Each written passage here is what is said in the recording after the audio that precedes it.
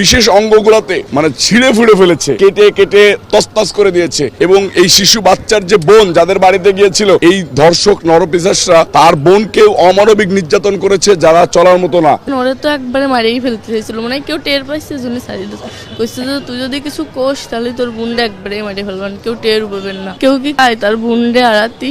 এর আগেও আমার শ্বশুর এরকম করছে। গলায় তাকে মেরে ফেলা দেওয়ার জন্য চেষ্টা করা হয়েছিল। এরকম দুর্ঘটনা ঘটানোর পরে, ধর্ষণের মতো দুর্ঘটনা ঘটানোর পরে তার গলায় গামছা পেঁচিয়ে মেরে ফেলে দেওয়ার চেষ্টা করা হয়েছিল। গলায় এরকম দাগ রয়েছে, কালো দাগ রয়েছে। শিশু বাচ্চাটাকে মৃত অবস্থায় তারা ফেলে রেখে গেছে, কিন্তু আল্লাহ পাক রব্বুল আলামিনের ভাগ্যক্রমে শিশু বাচ্চাটা বেঁচে গেছে। এখানে নিয়ে আসছে, এখনো ডাক্তার খুবই আশঙ্কা অবস্থার ভিতরে আছে।